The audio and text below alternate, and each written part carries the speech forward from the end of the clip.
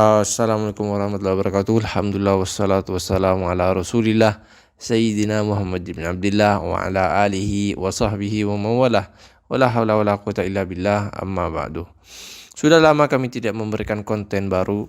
Ya kira-kira terakhir upload sebulan yang lalu karena ada musim orang sakit, dan semoga Allah memberikan kita semua kesehatan dan mengangkat penyakit ini dari umat Nabi Muhammad SAW. Dan insya Allah pada kali ini kami akan membahas kira-kira judul konten ini agak sedikit gimana gitu, akan tetapi ternyata banyak orang yang bertanya tentang masalah ini, yaitu tentang masalah kentut.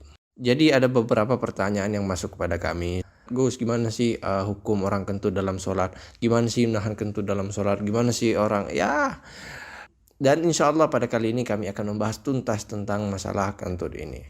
Jadi mungkin kita bisa membagi masalah ini dalam 3 keadaan. Yang pertama sebelum sholat, yang kedua ketika sholat, dan yang ketiga di selain sholat. Pokoknya dalam keadaan biasa kayak gitu. Nah, ini mungkin bisa kita bagi dengan 3 keadaan ini. Yang pertama sebelum sholat. Jadi menahan kentut sebelum sholat itu hukumnya adalah makruh, karena akan menyebabkan dia tidak khusyuk dalam ketika dia sholat. Nah, yang kedua dalam keadaan sholat. Ketika sholat, gimana sih hukumnya menahan kentut itu? Jadi mungkin kita bisa bagi keadaan ini 2 bagian. Yang pertama kita lihat dulu, ini sholat fardu apa sholat sunnah. Jika sholat fardu, kemudian dia sholat, ketika sholat dia merasakan bahwa ada kentut yang ingin keluar, maka dalam hal ini dia wajib menahan kentut tersebut. Dan ini berdasarkan firman Allah Subhanahu wa taala, wala tubtilu a'malakum, dan janganlah kalian membatalkan amal kalian. Nah, maka jika dalam keadaan sholat fardu, wajib dia menahan kentut tersebut. Ini yang pertama. Kemudian jika sholat sunnah, maka jika sholat sunnah ini berbeda hukumnya dengan sholat fardu. Jika dalam keadaan sholat sunnah, ia disunnahkan untuk menahan kentut tersebut. Karena mengapa? Karena kita tidak wajib. Aslinya kita itu tidak wajib menyempurnakan sholat sunnah. Ketika kita melakukan amalan sunnah, kita tidak wajib untuk menuntaskannya. Maka ketika sholat, aslinya orang itu ketika sholat sunnah boleh membatalkan di tengah-tengah sholat, membatalkannya dengan kentut atau dengan cara-cara lainnya. Nah, ini akan tetapi sunnahnya sempurnakanlah sholat tersebut. Nah, maka jangan dibatalkan ya. Itu lebih utama seperti itu. Nah, kemudian yang ketiga, di selain ia melakukan sholat. Maksudnya ketika ia santai-santai aja gini, gimana sih hukumnya mengeluarkan kentut tersebut? Nah, jika ia dalam keadaan sendiri, tidak ada orang lain, maka tidak apa-apa. Ini hukumnya mubah. Keluarkan saja. Maupun dia dalam keadaan makan atau apa, maka tidak apa-apa. Hukumnya adalah mubah. Nah, jika misalnya dia kentut itu ada orang, ada teman-temannya lagi ngumpul-ngumpul gini, terus keluar langsung kentut, maka ini hukumnya adalah makruh.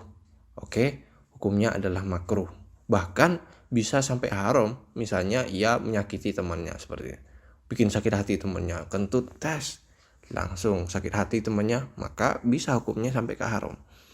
Atau juga pas kentut langsung bikin temannya itu sakit paru-paru, sakit asma kayak gitu, sehingga membahayakan temannya, maka dalam hal ini hukumnya adalah haram.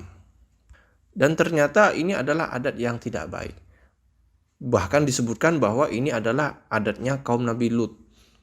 Jika mereka itu kaum Nabi Lut tuh, jika berkumpul itu, jadi Allah berfirman dalam Al-Quran, وَتَأْتُونَ فِي نَادِكُمُ الْمُنْكَرِ. Jadi Allah menyebutkan dalam hal ini adat kaum Nabi Lut. Mufassirin, para ahli tafsir menafsirkan ayat ini. Oh, ternyata kaum Nabi Lut itu ketika berkumpul, mereka duduk bareng kayak gitu, mereka tuh saling ngasih kode dengan kentut itu. Tes. Nah, seperti itu.